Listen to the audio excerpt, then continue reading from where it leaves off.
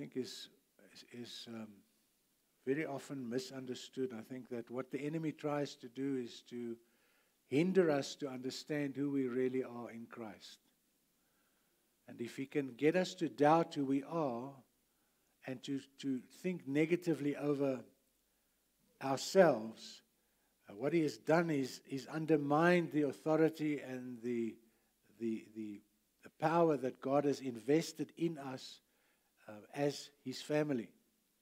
This morning I want to just bring the word to you in such a manner that I believe that God will help you to also repent of your wrong thinking over yourself.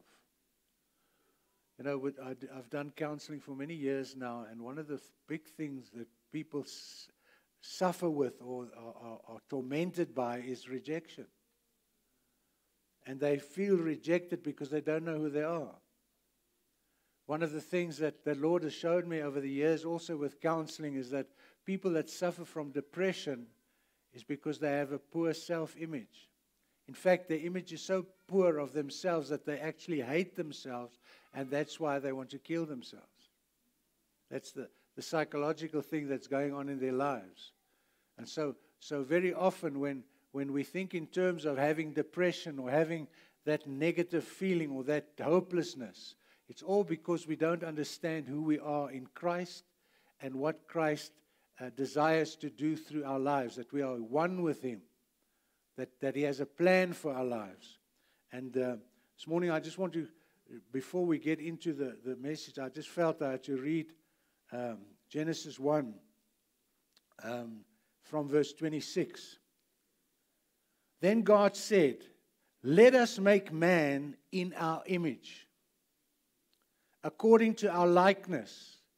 Let them have dominion over the fish of the sea, over the birds of the air, and over the cattle, over all the earth, and over every creeping thing that creeps on the earth." So we're even in charge of the creeps.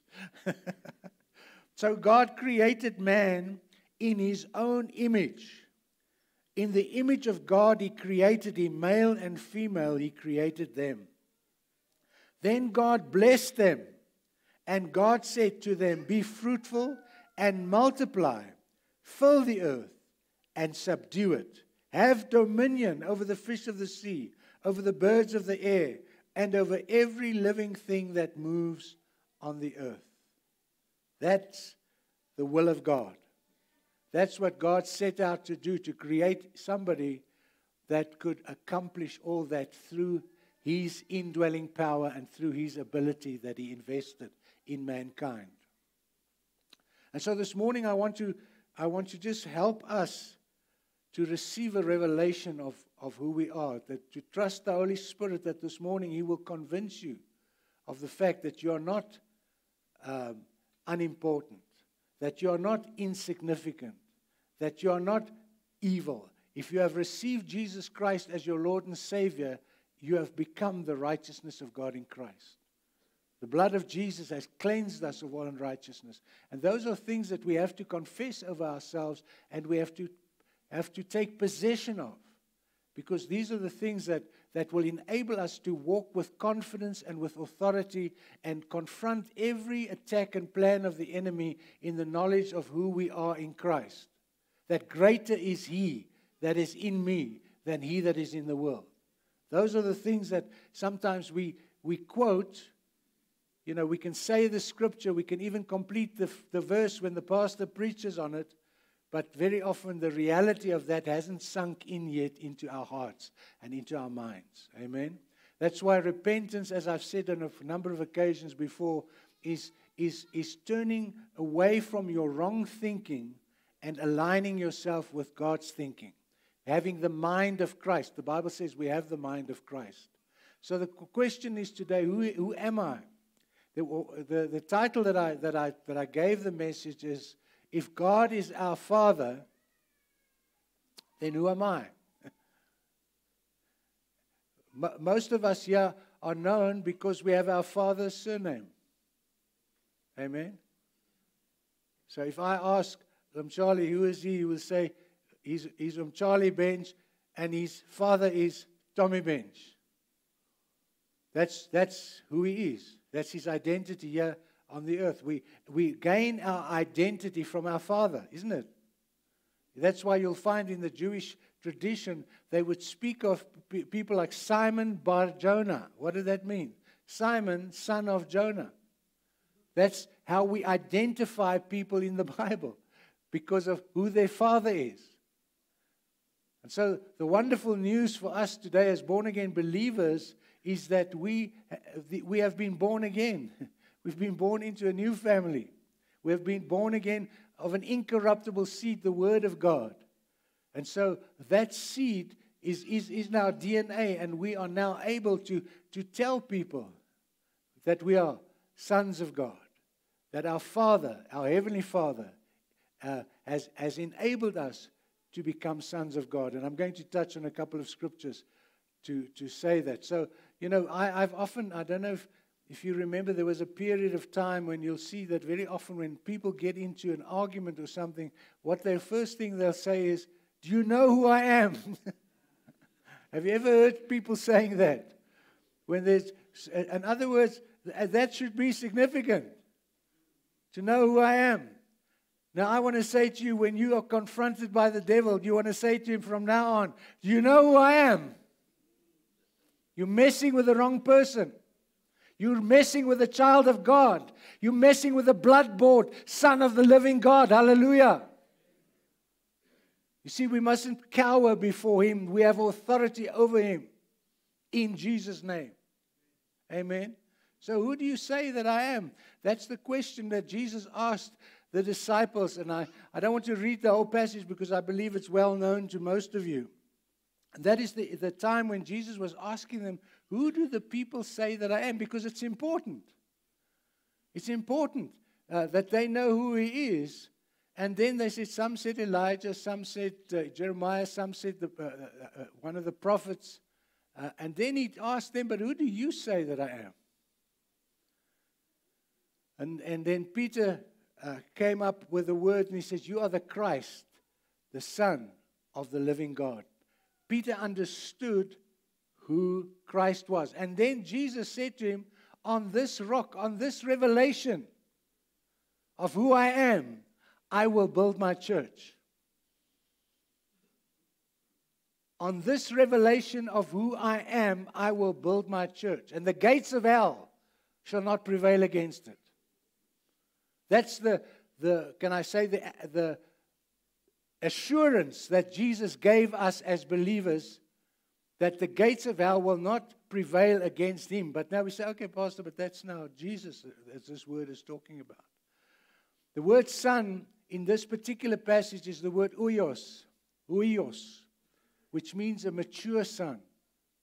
When God speaks to His son, He calls him, then a voice came from heaven. He says, "You are my beloved son, huios, mature son, in whom I am well pleased."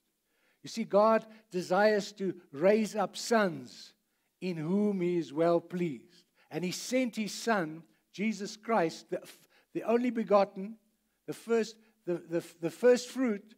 He sent Him to demonstrate to us how we could live as sons of God, as people that have been born again into the family of God.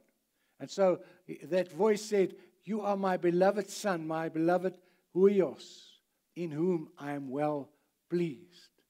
And we see right throughout the scriptures that Jesus continues to remind us of who He is, because it's important. Often He would say, "I am the bread of life. I am the light of the world." But then He says the same thing, "You are the light of the world." Why? Because of your association with me. Because you've been born again into this new family, you are now the representation of Christ on the earth. You are an imager of God. You see, and the big deception was that when Adam and Eve sinned, the temptation that caused them to fall is the devil said, God knows if you eat that fruit, you'll be like Him. And in fact, that was what God wanted for us, to be like Him. He wanted us to be His sons. He wanted us to look like Him and to act like Him and to be like Him and to represent Him on the earth. That was His desire. So in fact, what the devil said was true, but not because of the fruit that they ate, but because God already intended them to be His sons and His daughters. Amen? So the fact is, the creation is waiting for us. Because the fact is, most of us have not yet understood who we are in Christ, and I think it's also a progressive revelation. But most of us have not yet stepped out in faith to take possession of who we are in Christ and to live like sons and daughters of God. The creation is waiting for us. Romans 8:19 says, "For the earnest expectation of the creation eagerly waits for the revealing of the sons of God." Another translation says, "For the manifestation of the sons of God." The creation is waiting on us. The creation is waiting for us to make a difference. The creation is waiting on us to bring order. The creation is waiting upon us to manifest the works of the Father in the earth. It's not God that's holding back. It's we that have not understood who we are and what the assignment is that God has given us, according to Genesis 1:26. You see, that purpose has not changed. God has still given us dominion. He's given us rulership. But because of sin, the image of God has become marred in our lives. But because of what Christ has done, He restored us in right relationship with Him so that we can now live the lives that are pleasing unto God. God purposed to partner with His sons to establish His kingdom. His huios sons, mature sons, on earth as it is in heaven. That was the purpose. God created the earth. In 6 days, He created all the other things. And then on the 7th day, on the 6th day, He created His man, His son, the one that He wanted to create in His image and in His likeness. That's God speaking. And He wasn't speaking to Himself there. He was speaking to the council in heaven. The heavenly council, according to Psalm 82. And I don't want to go into that too much, but you can go and read Psalm 82. There's a heavenly council that God conferred with and shared His desire to create man in His image and in His likeness. So God purposed to partner with His sons to establish His kingdom on earth as it is in heaven. But this is mature sons that He's talking about. You see, there are certain things you cannot entrust to a child. You can't say to a child, here's the key, as a child of 8 years old, here's the key to my Maserati, take it for a spin. You know what the outcome of that will be. Amen. So we know that what God wants in us is to come to a maturity. To come, when He talks about perfection, He doesn't talk about being perfect, faultless. He talks about maturity, becoming mature men and women in Christ. That's the purpose for each one of us, and that's His plan for us as well. In Genesis 1:26, I've already read that to you as an introduction. Now, who are mature sons? How can I identify people that are mature sons? The Word says to us, "For as many as are led by the Spirit of God, these are the sons of God." For as many as are led by the Spirit of God, these are the sons of God. And I think one of the biggest things, and I think Pastor Andre also emphasized the importance of hearing the voice of God last week. The thing is that we have to understand that God has not only placed us in this earth to represent Him, but He has made Himself available to guide us, to lead us, to give us wisdom, to give us understanding, to give us knowledge, to give us counsel, to give us might, to give us the fear of God so that we may ably accomplish the purpose for which we have been sent. Jesus came with a purpose.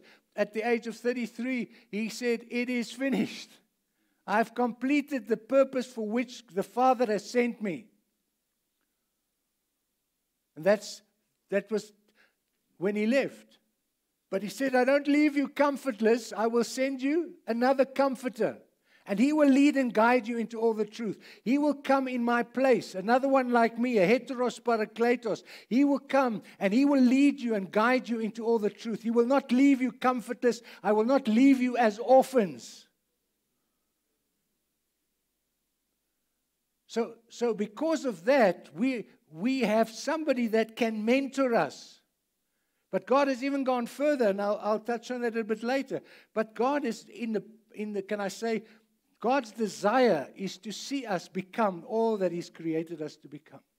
It's not about, it's very often we confuse doing with becoming.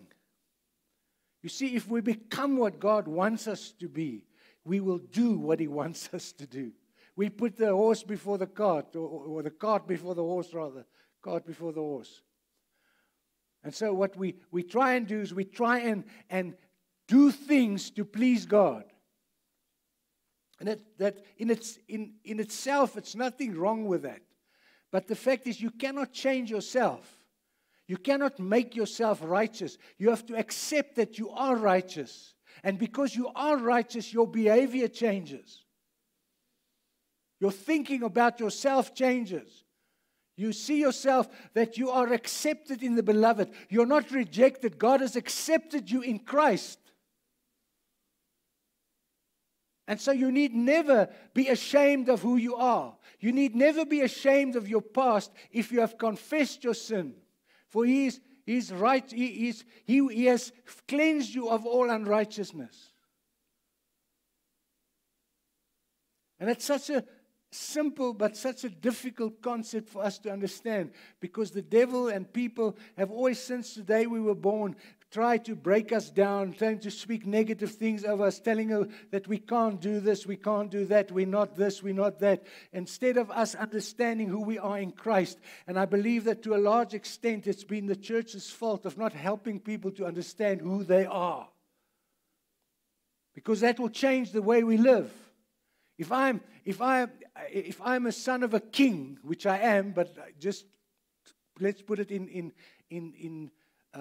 can I say material terms? If I'm a son of a king, I'm not going to stand in the corner and beg. My father's got a mansion, and in the mansion there's everything I need. All my needs are met because of what he has. I am his heir. I'm an heir to the kingdom. And that will make me look at life in a completely way. When problems come, I will not compare it to my own inability. I will immediately know this is nothing for God. That's why He says, all things are possible for those who believe. And so, I really want to encourage you this morning. Allow the Word of God to begin to put the perspective of who you are in Christ in you. And this morning, allow God to deliver you from oppression, to deliver you from that spirit of heaviness, that negativity that always comes over you saying you're a failure, you can't succeed, nothing you do comes out right. No. From this day on, I know who I am in Christ, and God is my Father, and I can do all things through Christ who strengthens me. And I declare over myself, I am accepted in the beloved. I am not rejected. I am received by the Almighty God. And if I am good enough for Him, then I'm good enough for everybody else. Amen? You see, you have to change the way you think about yourself. And He says here, for as many as are led by the Spirit of God, these are the sons of God. Huios, the sons of God, mature sons. For you are all sons of God. How? Through faith in Christ Jesus. Galatians 3:26. You are all sons of God through faith. You see, everything we receive from God, we receive by faith. There's nothing that we receive that we do not receive by faith. Everything is made available to us through faith. That's why He said, without faith it's impossible to please Him. For those that come to Him must believe that He is, and that He's a rewarder of those that diligently seek Him. You see, God is our Father. How differently would we relate to Him if we have that revelation?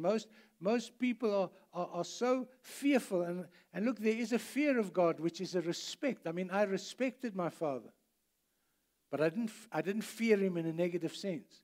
And in the same way, when we think in terms of our relationship with God, it's about having awe for Him, having respect for Him, honoring Him, not wanting to disappoint Him because of who He is. And in the same way, once we understand that God is our Father, we will also show Him reverence and respect and fear, and we will show our love to Him through our obedience to Him. That's so important, a theme that goes throughout the Bible. If you look the Old Testament, you start with Adam and Eve. You go through every generation, you'll see there are people that obeyed God, and God promoted them, and there were people that disobeyed Him, and the effect was a negative effect in their lives. This morning, God wants to help us to live an abundant life. Jesus said, I came that you might have life and have it more abundantly. And so that's the will of the Father, but we need to align ourselves with His purpose for our lives. The Bible teaches us that God is our Father from the prayer that Jesus gives us to pray as an example. Our Father who art in heaven. Whose Father? Our Father. He's my daddy. Abba. Our Father. That's the type of confidence I can come to my Father with. Because I am His child. Another child won't just come to my Father because he doesn't know Him. But I know my Father. And I know my Father loves me. And I know my Father wants the best for me. And my Father says, if you that are evil know how to give your children good gifts, how much more will your Heavenly Father give good gifts when you ask? That's the relationship we should cultivate with the Father. We should see ourselves through His eyes so that we can become what He created us to become. The kingdom is a family, the family of God. We are the family. We are the brothers and sisters of the Lord Jesus Christ. He was the firstborn of many brethren, the Bible says. Who's the many brethren and sisterin? Here we are, seated in front of His presence, hearing His word, hearing His encouragement, hearing His admonition, helping us to cause the scales to fall off our eyes, that we may see ourselves as God sees us. Sons of God, people with authority, people that have dominion, people that can speak to circumstances and speak to the storms. That's who God created us to be. You see, we are predestined. That's how God created us. This is what He wants us to become. But it's a growing process. Like we in the natural have, when a baby is born, that baby is completely dependent upon its parents. It needs food from the parent. It needs the nappies need to be changed. It has to be put to bed. Everything. That child can do nothing for itself. But if that child is 18 years old and that's still there, he still wants his nappy changed and he still wants milk to drink instead of solid food, I think as a parent you're going to feel a little bit concerned. Amen. And I wonder how many times God looks at mankind and He says, just look, there's an 18-year-old baby or a 60-year-old baby or a 70-year-old baby. They've never grown up. Can you see yourself in the spirit? Can you see the guy next to you in his nappy?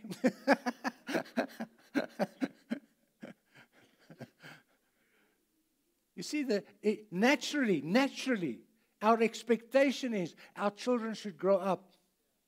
And once they've grown up and we've equipped them, we release them to go and find their way in life. I saw that a friend of mine, his son just finished matric, and so he went to France to go and work on the yachts. So that child was in your house all the time. You're busy preparing him, teaching him, giving him education, helping him to have a relationship with God. But there comes a time when he has to be mature, when he has to go and experience life for himself and begin to demonstrate what you have invested in him as a parent. Because your desire is they must grow up. And that first time, I remember that first time when my daughters took me for lunch and paid. Wow. Amen. Some of the parents can relate to that. Because when we go as a family, Daddy always paid. But there comes a stage when they say, no, we can now look over. Daddy, do you want to go for lunch with us? And that's changed. Doesn't that please the Father? You don't feel, now I'm not important. No, praise God. Let them pay for more. That's what we see in the natural, and yet in the spiritual, we sometimes just remain as babies. We don't want to grow up. We don't want to take responsibility. We don't want opposition. But really, if you rear your children well, you rear them so that they are able to face the conflicts and the trials and the tests and the tribulations of life. And of course, the best way to do that is to help them to have a relationship with Jesus Christ. So we are predestined. Romans 8:29 says, for whom he foreknew. Remember, we were known. Before, the Bible says, before you were formed in your mother's womb, I knew you. You see, we come from a spiritual dimension. God put us in this natural dimension, and he gave us authority, and he gave us a mandate to rule and reign on this earth on his behalf, to bring the kingdom of heaven to manifest on earth. That's why he prays, let thy kingdom come, thy will be done on earth as it is in heaven. That's the will of the Father. So he said, for whom he foreknew, he also predestined to be conformed to the image of his Son, that he might be the firstborn among many brethren. So, when God allowed that incorruptible seed, that seed that we were born with, that incorruptible seed in the spirit realm that we were reborn with, he placed it in us so that, and predestined us, a seed. If you look at a seed, I mean, let's just use your imagination. I've got a tomato seed here in my hand. Can you see it? Okay, you can see. There we go. My wife's. So, can you see it? Does it look like a tomato? No, what does it look like? It looks like a little seed. Just hardly anything there. But you know what? It's predestined. It's got in it the image of a tomato. It's going to become a tomato. But it's already a tomato. Because the seed has already been sown. The seed of Almighty God, his word, the incorruptible seed, the word of God has been sown into us and caused us to become born again. But many of us have not grown up into that image.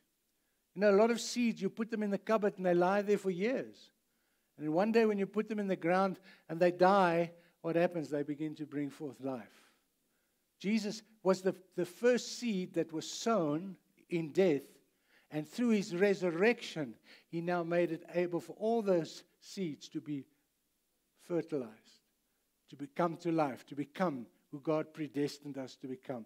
So he says, for whom he foreknew, he also predestined to be conformed to the image of his Son, that he might be the firstborn among many brethren.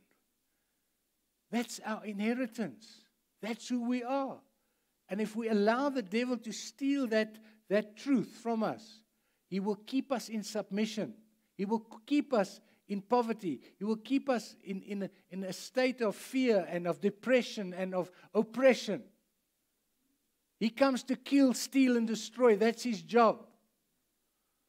But Jesus said, I've come that you might have life and have it more abundantly. The God kind of life. Karabusetema.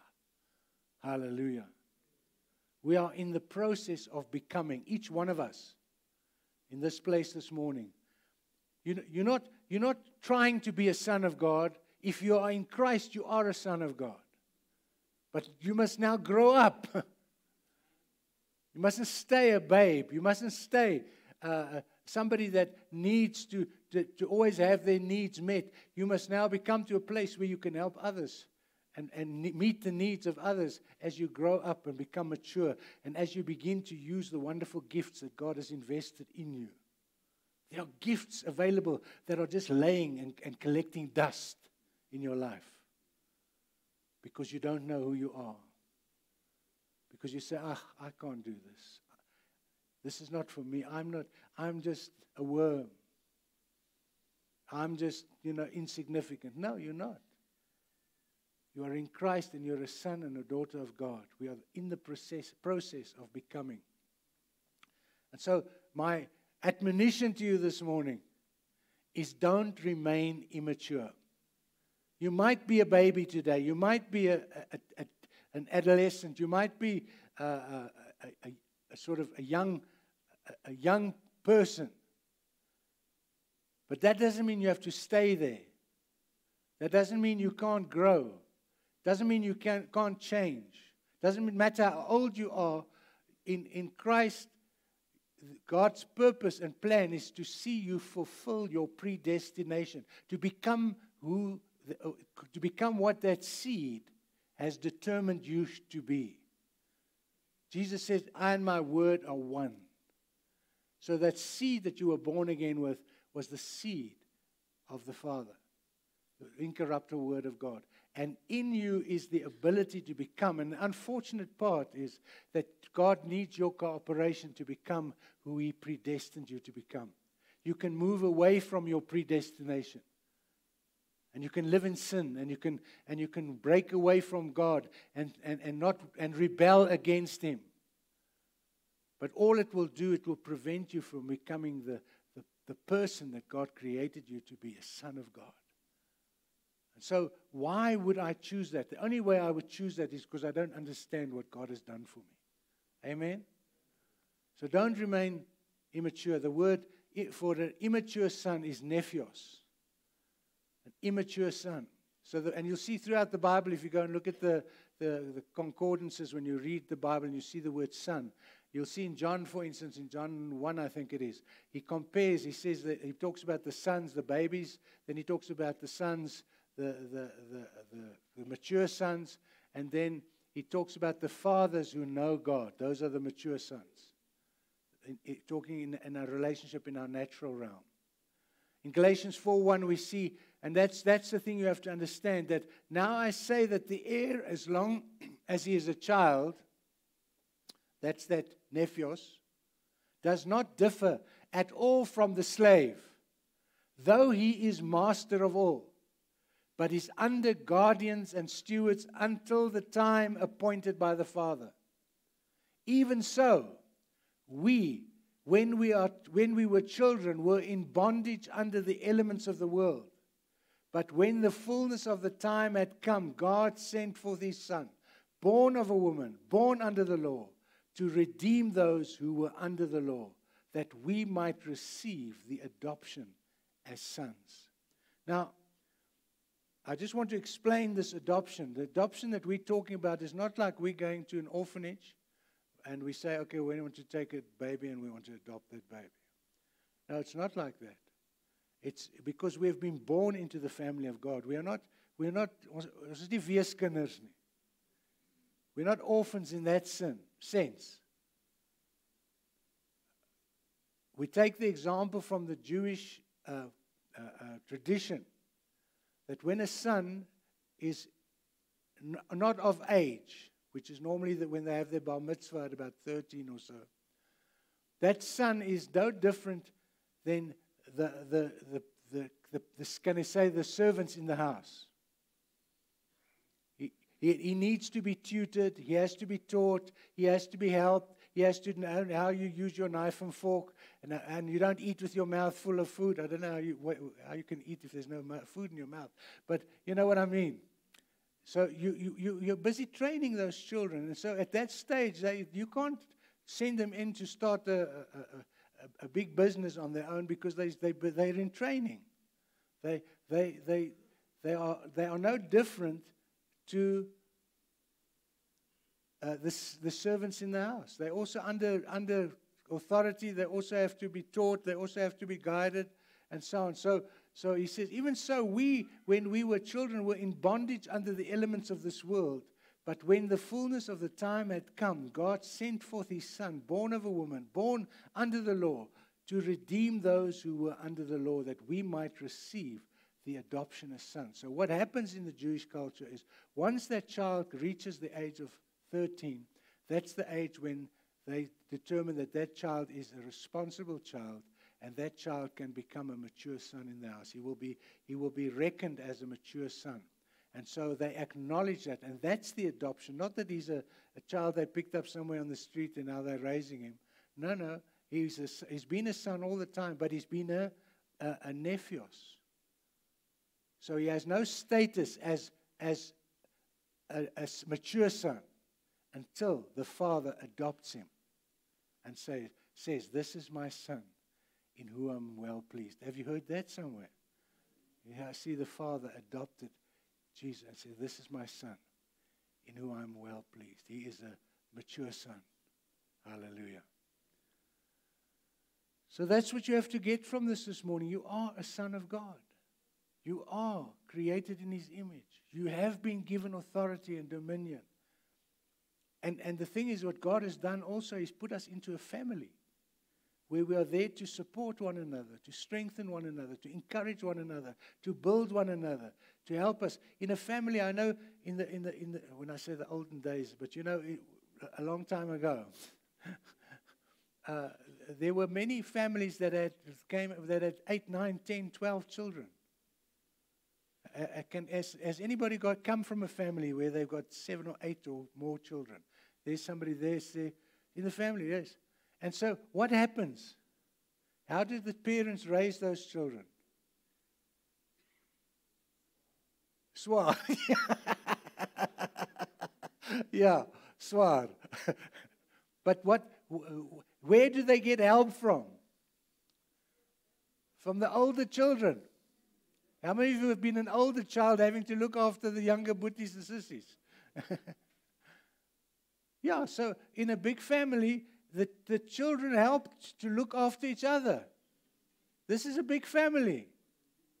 You can't expect the pastor to look after the family. He's going to equip the family to look after each other, so that we all come eventually to become a mature church, a mature son in Christ Jesus. You are a son of God. Galatians 4:6 says, and because you are sons, God has sent forth the Spirit of his Son into your hearts, crying out, Abba, Father. Therefore, you are no longer a slave, but a son. And if a son, then an heir of God through Christ. Man, is that not clear enough? Who you are? Why would you allow the devil to lie to you? Why would you allow people that have wrong intentions to lie to you, to undermine your authority and your identity? From now on, you can say to them, do you know who I am? Amen? You are no longer a slave, but a son. And if a son, then an heir of God through Christ. We inherit from the Father. We are co-heirs with Christ. Everything the Father has, he wants to share with us. But he can't share it until we mature. Till we become those mature sons. The whole creation is waiting for us to get our act together. Because the reason the creation is in such a mess is because it's run by infants in the spirit. God wants us to grow up and to begin to bring his order, his kingdom come, his will be done on earth as it is in heaven. So stop being a child and grow up in Christ. That's the word for you this morning, that you need to repent of your wrong thinking, of your self-hatred, your self-rejection, thinking you're not good enough, thinking you can't do this. You can do it because Christ in you is the hope of glory. And He is your rock and your salvation. He is your very present help in time of trouble. We need to begin to apply this to our lives because that's what will distinguish us from the rest of the world. And that's what will make the rest of the world desire to have what we have. Amen? So, the fullness of Christ is living in us. Can you imagine that? Can you imagine that? Just let your thoughts go around that the fullness of Christ is living in you. Ephesians 4:11 says, and He Himself gave some to be apostles, some prophets, some evangelists, and some pastors and teachers, for the equipping of the saints, for the work of the ministry, for the edifying of the body of Christ, till we all come to the unity of the faith and of the knowledge of the Son of God, to a perfect man. That's the job of the fivefold ministry, to help us to come to full maturity, become that perfect man, that mature man that God wants us to be. To the perfect man, to the measure of the stature of the fullness of Christ. That we should no longer be children, tossed to and fro and carried about with every wind of doctrine. Isn't it like, can you relate to this person that's being tossed to and fro? This morning you walk out of church and you say, yay, I'm a son of God. Hallelujah, praise God. And something happens at home and you say, and nobody loves me. You see, because you doubt who you are in Christ. You have to receive that revelation this morning.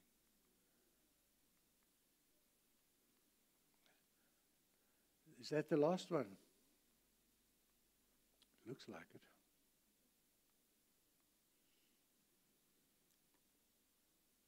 So that's this morning that I want you to go away with this thought this morning, and I'm going to pray for people this morning. If those of you that are out this morning and you have a poor self-image, you think you cannot. You know, the Bible says if you think you can, you can. If you think you can't, you also can't. You have to correct your mind. You have to know who you are in Christ. And if you have to know that God is with you, He's just left you here as orphans. He has adopted you. He's accepted. You are accepted in the beloved. You have access to the throne of grace. You can come boldly and receive from God.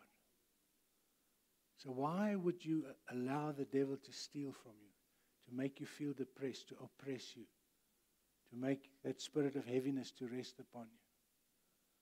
So this morning, I want to pray for you. And I want you, I remember we're family. What have I been doing today? I've been doing the work of an apostle, and that is to build the church, to allow you to become more mature in Christ, to through the word, to impact your life so that you look differently at yourself. This morning, if you say, Pastor, I need prayer, Solly, maybe you can just come and minister on the piano for us, please. Where are you? Oh, there we go. Thanks, Solly. I think it's so important because you see, the thing is, he said, if our gospel is hidden, isn't this good news? Isn't this the gospel? That you're a son of God. Isn't it? That should make me happy, isn't it? Maybe your father was absent. And maybe that's what made you feel insignificant or feel worthless or feel nobody loves you. My parents didn't love me. Hey, that's not a problem. You've got a heavenly Father. He loves you. He'll never leave you, forsake you, never let you down. And so you must put your faith in Him this morning. You must this morning allow Him to deliver you from oppression, to deliver you from heaviness, to deliver you from rejection, self-rejection. You know, we can so easily come to a place, and we're all guilty of that, you know, where you sometimes say, ew, but you can be stupid. You know, if you make a mistake or something like that. We must change the way we talk. We must change our perception on life. We must look through the lens of being a son of God and not through that person that was caught up in sin, whose life was a failure in his own eyes. But look today into yourself and see yourself in the mirror of God. And God looks at us. He sees the sons of God. And He's put in us that ability to become mature sons. This morning I want to pray for you. And I don't want to necessarily, I don't want to necessarily ask you to come out or something. But I want you to unite with my prayer this morning. Know that I'm praying for you individually. That when I address that heaviness and I address that suicide, those thoughts of suicide, that rejection, all those things are as a result of not knowing who you are or receiving a false identity. The word sin, in fact, means to have a wrong identity. And so this morning, if you are suffering from depression, or you're suffering from rejection, maybe from other people, but also from self-rejection. Many of us reject ourselves. We're not happy with who we are. We're not happy with how we look. All those things, it's the devil trying to break down our self-image, who we really are. So this morning I want us to stand. I just want us for a moment, just search your heart this morning. Allow the light of the Word to shine into your hearts this morning, to show you if that's you. Father, we thank you so much for our inheritance in Christ. We thank you that we are heirs of the Father through Jesus Christ our Lord. We thank you that we are partakers of the divine nature of God, that Christ is in us, the hope of glory. We thank you, Lord Jesus, that you said, the glory the Father has given unto me, I give unto you. Your word says, Lord God, that you say to us that we are the light of this world. Help us, Lord. Help us, because sometimes I think our lights are a little bit dim. Some of our lights have been extinguished, maybe. But this morning, in the name of Jesus and through the power of your word, I've released words of life, words of spirit, words of power, words of salvation. Lord God, that will transform our thinking, that your word says, be ye transformed by the renewing of your mind.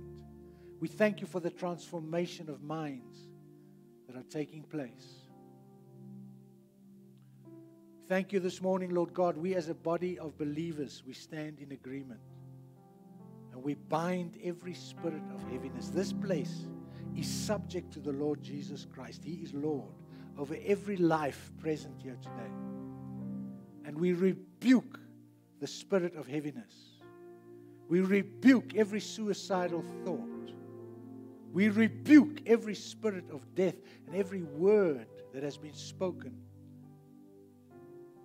that proceeds from a place of negativity and rejection. We rebuke every spirit of rejection. Father, I take authority over every spirit of rejection, self-rejection. I bind you in Jesus' name, and I command you to loose and go from the people. In the name of Jesus, I come against every rejection from parents. I rebuke that rejection. Rejection from the mother's womb. I bind you in Jesus' name. Every child that has come into this world where the parents were not ready to receive the child, that have received a spirit of rejection, I bind you in Jesus' name. You spirit of rejection, these are accepted of Christ. They've been accepted by the beloved. We are accepted in Christ. We renounce every spirit of rejection. We rebuke you. And we command you to loose and go from God's people. In the name of Jesus. Every negative thought, Father, each of us take our thoughts captive. Every word, every thought that the enemy has placed in your mind that is contrary to the word of God, you take it captive now and you say, in Jesus' name, I am a child of God. I've been bought by the blood of Jesus. I'm born again by the incorruptible seed. My image is the image of Christ. I am an imager of Christ. I am an ambassador of the kingdom of God. I'm more than a conqueror through Christ who strengthens me. Not because of anything that I've done, but because my Father has told me that. Hallelujah. Father, thank you this morning for your Holy Spirit searching every heart. Every person, perhaps, that this morning said, I'm a failure. You're not a failure. You are predestined to be conformed to the image of God's Son. Hallelujah. Receive the word of God. Receive the power of the Holy Spirit this morning to break yokes, to break bands, to break chains. Father, I break curses that have come through generational lines, destroying one generation after the other through poverty, death, and destruction. I come against those curses. Father, as a family this morning, we stand before you and we say thank you. We are accepted by the beloved. We have received the blessing of Abraham because Christ became a curse, having hung on a tree. We thank you that we are blessed coming in. We're blessed going out. That you made us to be above and not beneath. Hallelujah. We walk into our destiny, into our predestination, and we break every evil thought that the enemy has placed in our minds to undermine who we are in Christ. Rabboni kia shokomoro. Satalabakande, begin to praise Him, begin to exalt Him, begin to war against those evil thoughts in Jesus' name. Rabakana labosete, shitalabokaseketeleban. Bind every spirit of darkness, every lying, deceiving spirit that would undermine who you are in Christ this day. You are a son of God. You have been born from above. You are accepted in the beloved. Rabboni, and some of you might going through stages where you're feeling that you're not succeeding or you feel like a failure, but don't let the feelings fool you. Know who God says you are. Let God this morning through the Holy Spirit cause His peace to come upon you. That peace that passes all understanding. Just come upon them right now. Father, just break the yokes. Just break the yokes. Just break the yokes. In the name of Jesus, send angels, Lord God, to break the yokes in the name of Jesus. Hallelujah. Breakthrough coming. Breakthrough coming. Revival coming because we know who we are in Christ. Hallelujah. Prabha Sanda, let us stand therefore. Let us stand therefore.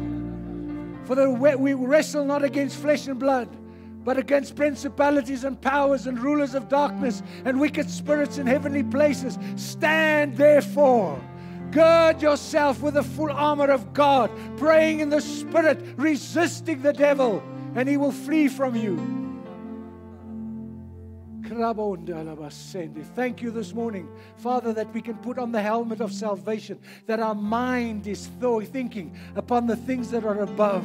Thank you that our hearts are being purified by the Word of God. This morning, your Word says your Word is a washing agent, Lord God, sent to wash and cleanse our thoughts, our intentions this morning, breaking wrong thinking patterns. In the name of Jesus, I rebuke those things. And I declare the word of the Lord over your people. This is our family, Lord God. This is our family. We are connected to the Father through the Son, Jesus Christ. We have been reconciled with Him.